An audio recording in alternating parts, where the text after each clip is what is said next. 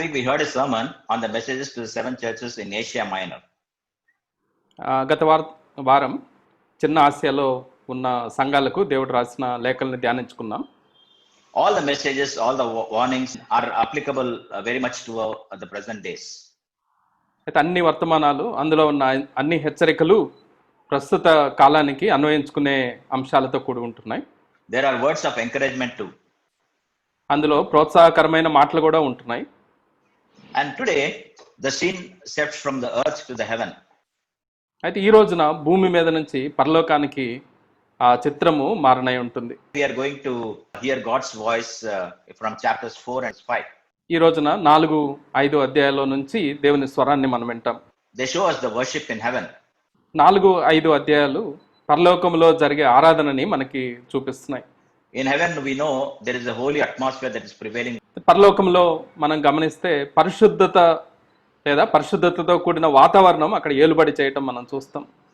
Heaven is a place of worship. పరలోకము అనేది ఆరాధనతో నిండిన స్థలం. And true worship invokes God's presence, sees glorious attributes and ascribes glory and honor to him. అయితే నిజమైన ఆరాధన అనేది దేవుని గుణగణాల మీద ఆధారపడి ఆయనకి మహిమని ఆపాదించేదిగా ఉంటుంది. And today we shall, before we proceed to chapter 4 and the meditations thereof, we shall make a few observations from both these chapters, that is 4 and 5. 4వ అధ్యాయంలోకి వెళ్ళి అక్కడున్న మాటలు ధ్యానించుకోక ముందు 4-5 అధ్యాయాలలో ఉన్న కొన్ని పరిశీలనలు మనం చూద్దాం. The number one observation is, మొదటి పరిశీలన అంశం ఏంటంటే, chapter 4 inspires us to worship the creator God or God the Father. 4వ అధ్యాయము సృష్టికర్త అయిన దేవుణ్ణి లేదా తండ్రి అయిన దేవుని ఆరాధించడానికి మనల్ని ప్రోత్సహిస్తుంది. And give him the glory that he deserves.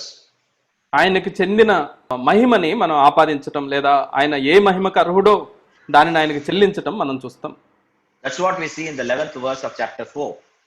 అదే విషయాన్ని 4వ అధ్యాయం 11వ వచనంలో మనం చూస్తాం. ఆ 24 పెద్దలు సింహాసనమునందు ఆసీనుడై ఉండువాని ఎదుట సాగిలపడి యుగయుగములు జీవించుచున్న వానికి నమస్కారం చేయొచ్చు. ప్రభువా మా దేవా, నీవు సమస్తమును సృష్టించితివి, నీ చిత్తమును బట్టి అవి ఉండెను, దానిని బట్టియే సృష్టింపబడెను గనుక నీవే మహిమ ఘనత ప్రభావములు పొందనర్హుడవని చెప్పుచు తమ కిరీటములను ఆ సింహాసనం ఎదుట వేసిరి. If we come to chapter 5, it's all about worship of the Lamb. 5వ అధ్యాయంకి మనం వస్తే గొర్రె పిల్లని స్తుతించటం మనం చూస్తాం. In fact, they are worshiping Lord Jesus Christ, the Son. అయితే నిజానికి కుమారుడైన యేసుక్రీస్తుని వాళ్ళు ఆరాధిస్తున్నారు. Who is this Lord Jesus Christ? He is the executor of the wrath of God on a wicked world. అయితే ఈ ప్రభు అయిన యేసుక్రీస్తు ఎవరు అనంటే ఈ దుష్ట లోకం మీద దేవుని ఉగ్రతని అమలు చేసేవాడు. Because in John chapter 5 and verse 22 it says, he has given all the judgment to his Son. యోహాను సువార్త 5:22లో మనం చూస్తే తీర్పు తీర్చుటకు సర్వాధికారము కుమారునికి ఆయన ఇచ్చెను అనే మాట చూస్తాం. The first observation that we make from both these chapters is, in chapter 4 they are worshipping God the Creator. In chapter 5 they are worshipping God the Son as the executor of wrath. ఈ 4 అధ్యాయాలలో మొదటగా మనం చూసే పరిశీలన ఏంటంటే, 4వ అధ్యాయంలో సృష్టికర్త అయిన తండ్రి అయిన దేవుణ్ణి ఆరాధించటం మనం చూస్తాం. 5వ అధ్యాయంలో ఆయన కుమారుడైన యేసుక్రీస్తు ఎవరైతే ఉగ్రతని అమలు చేస్తున్నారో ఆ గొర్రె పిల్లని ఆరాధించటం మనం చూస్తాం. Now we come to the second observation. 2వ పరిశీలన మనం గమనిస్తే, chapter 4 is all about the glory of God the Father, whereas chapter 5 portrays the greatness of his Son, the Lord Jesus Christ.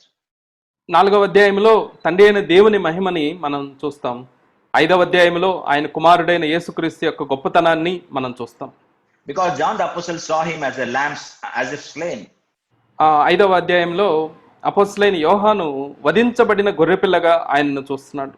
He sees him as the redeemer of mankind. ఆయనని మానవాళ్ళని విమోచించే ఒక విమోచకుడిగా ఆయన చూస్తున్నాడు. So second observation is very simply if we can remember, in chapter 4 is the glory of God, in chapter 5 is the greatness of God the Son. అయితే సులభంగా దీన్ని మనం గుర్తుపెట్టుకోవాలంటే 4వ అధ్యాయంలో తండ్రి యొక్క మహిమని చూస్తున్నాం, 5వ అధ్యాయంలో కుమారుని యొక్క గొప్పతనాన్ని మనం చూస్తున్నాం. Now we come to the third observation, chapter 4 verses 8 to 10. 3వ పరిశీలనని 4వ అధ్యాయం 8 నుంచి 10 వచనాలలో చూస్తే, It is a worship of God the Father by the 4 living creatures along with 24 elders who is sitting on the throne. సింహాసనాసీనుడైన తండ్రి అయిన దేవునిని 4 జీవులు 24 పెద్దలు ఆరాధించడం మనం చూస్తాం. In chapter 5, from verses 8 to 12, we see again the same worship of God the Son, but this time the angels are also added to this huge number.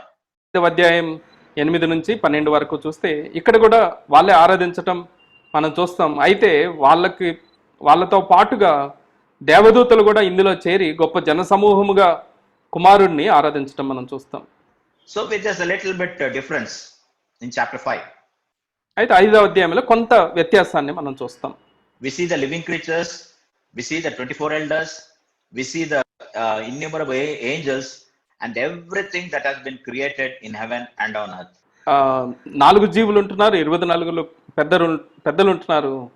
సృష్టింపబడిన ప్రతి జీవి అనేక దూతలతో సహా అక్కడ మనకి కనపడతారు. Now come to the 4th observation. 4వ పరిశీలన చూస్తే chapter 4 worships God as the creator and the eternal one. అయితే 4వ అధ్యాయము సృష్టికర్త అయిన దేవుణ్ణి, నిత్యుడైన దేవుణ్ణి స్తుతించడం మనం చూస్తాం.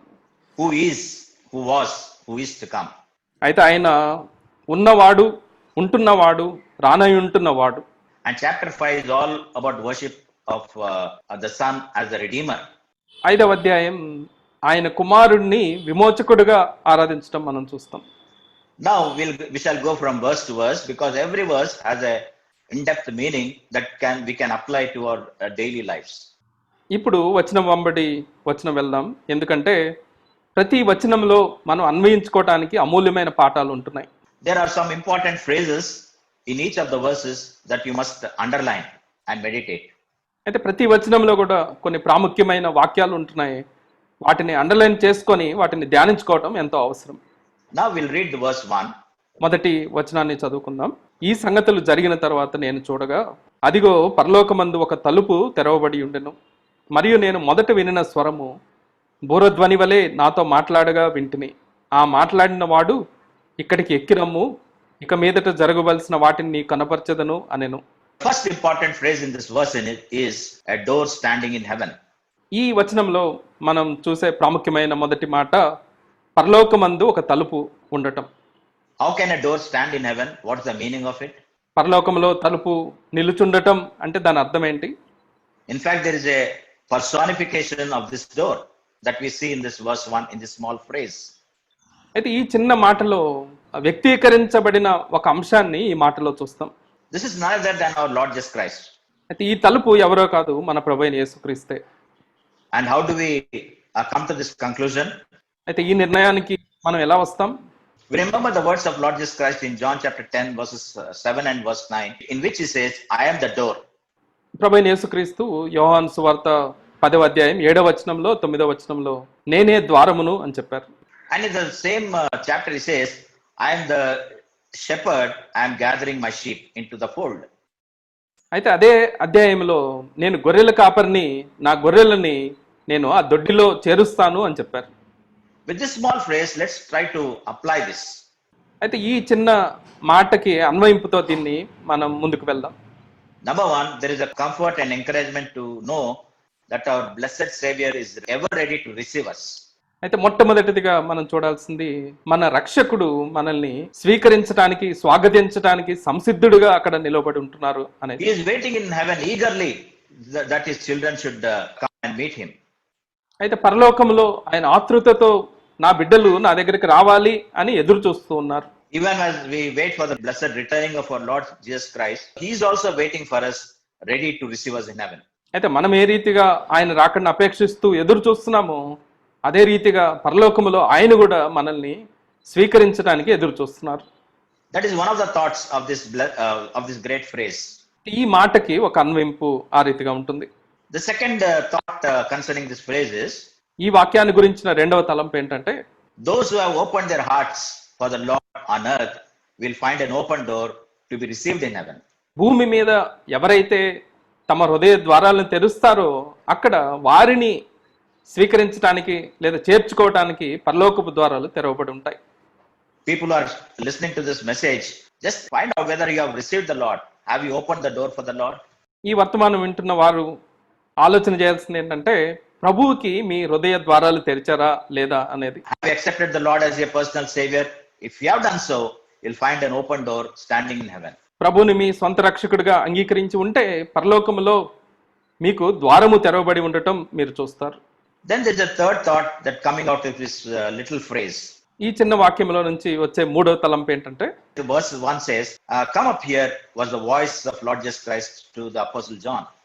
ఇక్కడికి ఎక్కి రమ్ము అనే మాట ప్రభువైన యేసుక్రీస్తు అపోస్తలుడైన యోహానుకి ఇచ్చారు. Our Lord always wants us to ascend higher and higher. మన ప్రభు మనల్ని అంతకంతకు ఉన్నతమైన స్థితిలోకి, ఎత్తైన స్థితిలోకి రావాలని ఆశపడుతున్నారు. He wants us to ascend on a higher pedestal so that we can see everything in His perspectives. అయితే మనము అటువంటి ఎత్తైన పాదపీఠం మీదకి వెళ్ళి ఆయన దృక్పథములో ఆయన చూసినట్లుగా అన్నిటినీ మనం చూడాలి అని ఆశపడుతున్నారు. This is His very strong desire. అయితే ఇది మన ప్రభు కలిగి ఉన్న మిక్కిలి ఆశగా ఉంటుంది. Even the psalmist also says, Lord, take me to a rock that is higher than I. అయితే కీర్తనకారుడు కూడా ఇదే రీతిగా నేను ఎక్కలేనంత ఉన్నతమైన రాతి మీదకి నన్ను ఎక్కించు అని ప్రార్థించడం మనం చూస్తాం. When we see the things from a higher platform, we can see everything very clearly. అయితే ఎప్పుడైతే మనం పైనున్న మెట్టు నుంచి చూడగలుగుతామో అప్పుడు స్పష్టంగా మనకు అన్నీ కనపడతాయి. I always love this verse from 1 Corinthians chapter 2 verse 9, which says, I have not seen, nor ear has heard, neither it has entered into the heart of man, the glorious things that the Lord has prepared to those who love Him. అయితే 1 కొరింథీ 2:9 ఉన్న మాట నాకెంతో ఇష్టం. దేవుడు తన్ను ప్రేమించు వారికి ఏవి సిద్ధపరిచినో అవి కంటికి కనబడలేదు, చెవికి వినబడలేదు, మనుష్య హృదయమునకు గోచరము కాలేదు. He wants us to see with our spiritual eyes the glorious things that He is preparing for us in heaven. మనము మన ఆత్మీయ నేత్రాలతో మన కొరకు పరలోకంలో సిద్ధపరిచిన వాటిని చూడాలి అని ఆయన ఆశపడుతున్నారు. Then there's a fourth thought coming from this verse 1. ఈ మొదటి వచనంలో ఉన్న 4వ తలంపు ఏంటంటే, one day in the near future we'll all hear the voice of a trumpet and caught up to meet our Lord in the midair. సమీప భవిష్యత్తులో ఒక రోజున మనకు ఒక బూరధ్వని వినపడుతుంది, మధ్యాకాశంలోకి మనం కొనిపోబడతాం. What a great blessed day that will be when we'll be raptured to meet the Lord. మధ్యాకాశంలోకి మనం కొనిపోబడే ప్రభుని కలుసుకునే ఆ దినము ఎంత గొప్పగా ఉంటుందో. Maybe the Lord's word will be, come up here. బహుశా ప్రభు ఇక్కడికి ఎక్కిరమ్ము అని పిలుస్తారేమో. That will be the beginning of eternity for us. అది మన నిత్యత్వానికి ప్రారంభమై ఉంటుంది. And one more thing is, as we have obedience in our life, God reveals much more to us, even as we see in the life of the Apostle John. మరొక సంగతి ఏంటంటే, మన జీవితాలలో విధేయత ఉన్నప్పుడు అపోస్తలుడైన యోహాను అనుభవించిన రీతిగా శ్రేష్టమైన సంగతులు మనం అనుభవించగలుగుతాం. God permitted him to be persecuted on the island of Patmos, and therefore he was in a good stead to receive the revelation. Padma's ద్వీపంలో శ్రమని, హింసని అనుభవించడానికి ఆయన సిద్ధపడ్డాడు కాబట్టి శ్రేష్టమైన ప్రత్యక్షతని పొందటానికి ఆయన అర్హుడయ్యాడు. Obedience always reveals the will and purposes of God. విధేయత అనేది దేవుని చిత్తాన్ని, దేవుని ఉద్దేశాలని మనకి బయలుపరుస్తుంది. Then there's a fifth thought coming from this blessed verse 1. ఈ ధన్యకరమైన మొదటి వచనంలో నుంచి వచ్చే 5వ తలంపు ఏంటంటే, when we go or ascend into higher pedestal, we can see the things that are happening around us and beneath us. అయితే ఉన్నతమైన స్థలానికి మనం ఎక్కినప్పుడు మన చుట్టూ ఏం జరుగుతుందో, మన క్రింద ఏం జరుగుతుందో అనేది మనం గమనించగలుగుతాం. This verse tells us that we should have an upward look and a downward look. అయితే ఈ వచనం మనకి ఏమని చెప్తుంది అని అంటే, పైకి చూసే వారంగా ఉండాలి, క్రిందికి కూడా చూసే వారంగా ఉండాలి. Look at things that are around you. అలానే మన చుట్టూ ఉన్న వాటిని చూసే వారంగా ఉండాలి. Look at things that are happening around you and correlate with the scriptures, especially Matthew chapter 24, 25 and in the book of Revelation, and then understand that these events eventually lead to the coming of Christ. అయితే మన చుట్టూ జరుగుతున్న సంఘటనలు, పరిస్థితులు గమనించి వాక్యపు వెలుగులో, అంటే ప్రాముఖ్యంగా మత్తయి 24-25 ప్రకటన గ్రంథంలో రాయబడిన అంశాలు చూస్తే ఇవి ప్రభు యొక్క రాకడ త్వరలో రానై ఉంటుంది అని మనకు తెలియజేస్తుంది. If you read Romans chapter 13 verse 11, it goes like this. Do this knowing the time that it is already the hour for you to awaken from sleep, for now salvation is nearer to us than when we believed. Look around.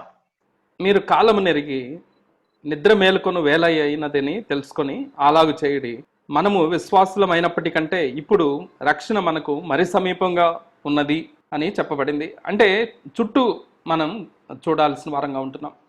Do you look around and see the pathetic state of people lost and bound for help? అయితే మన చుట్టూ చూసినప్పుడు దయనీయమైన స్థితిలో నశించిపోయిన వారుగా ఉంటూ సహాయం కొరకు ఎదురు చూస్తున్న వారు మనకు కనపడతారు. The least that we can do for them is to pray for them and do some personal evangelism.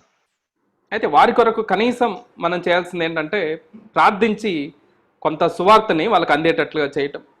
And the Lord also says, look around and see the harvest. There are very few laborers to cut the harvest.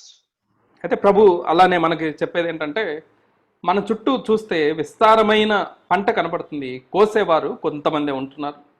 This is an encouragement for young people to commit their lives and do the Lord's work. అయితే ఈ మాటలు యవనస్తులకు ప్రోత్సాహకరంగా ఉంటూ వాళ్ళ జీవితాలని ప్రభుకి సమర్పించుకొని ప్రభు సేవ చేయమని ప్రోత్సహిస్తున్నాయి. Because the word of God says in Luke chapter 21 and verse 28, but when these things begin to take place, straighten up, lift up your heads, because your redemption is drawing near. లూకా 21:28లో ఈ రీతిగా ఉంటుంది. ఇవి జరగను ఆరంభించినప్పుడు మీరు ధైర్యం తెచ్చుకొని మీ తలలెత్తుకొనుడి, మీ విడుదల సమీపించుచున్నది అనెను. In other words, according to Colossians chapter 3 and verse 22, set your affection on things above. అంటే మరో మాటలో చెప్పాలి అని అంటే కొలసి 3:2లో చెప్పినట్లుగా పైనున్న వాటి మీద మనం మనసు పెట్టుకోవాలి, మక్కువ పెట్టుకోవాలి. So dear friends, look around and look up. That's the motto of our Christian life. స్నేహితులారా, మన క్రైస్తవ జీవితానికి నినాదం ఏంటి అని అంటే చుట్టూ చూడాలి, పైకి చూడాలి. Enough of our earthly ambitions, earthly desires. మన భూ సంబంధమైన కోరికలు, భూ సంబంధమైన ఆశయాలు ఇక చాలు. Because in 1 Peter chapter 4 and verse 3 it says, అన్యజనుల ఇష్టము నెరవేర్చకుండుట గతించిన కాలము చాలును. It is enough. అయితే గతించిన కాలము మనం ఇంతకు ముందు చేసిన పనులకు చాలు అని ఆ వచనంలో మనం చూస్తాం. Now is the time to wake up and do the things of the Lord. మేల్కొని ప్రభు పనులు చేయడానికి ఇది సమయం. A door standing in heaven conveys so much spiritual meaning to us. పరలోకములో తెరవబడి నిలిచి ఉన్న ఆ తలుపు ఈ ఆత్మీయ పాఠాలని మనకు నేర్పిస్తుంది. And come up and see here. ఇక్కడికి ఎక్కి వచ్చి జరగాల్సినవి లేదా కనపడే సంగతులు చూడు అని చెప్పబడింది. If you read this verse, may the Lord minister unto us in a more deeper way. ఈ వచనాన్ని మనం చదువుతున్నప్పుడు లోతైన విధానములో దేవుడు మనకి పరిచర్య చేయనుగాక.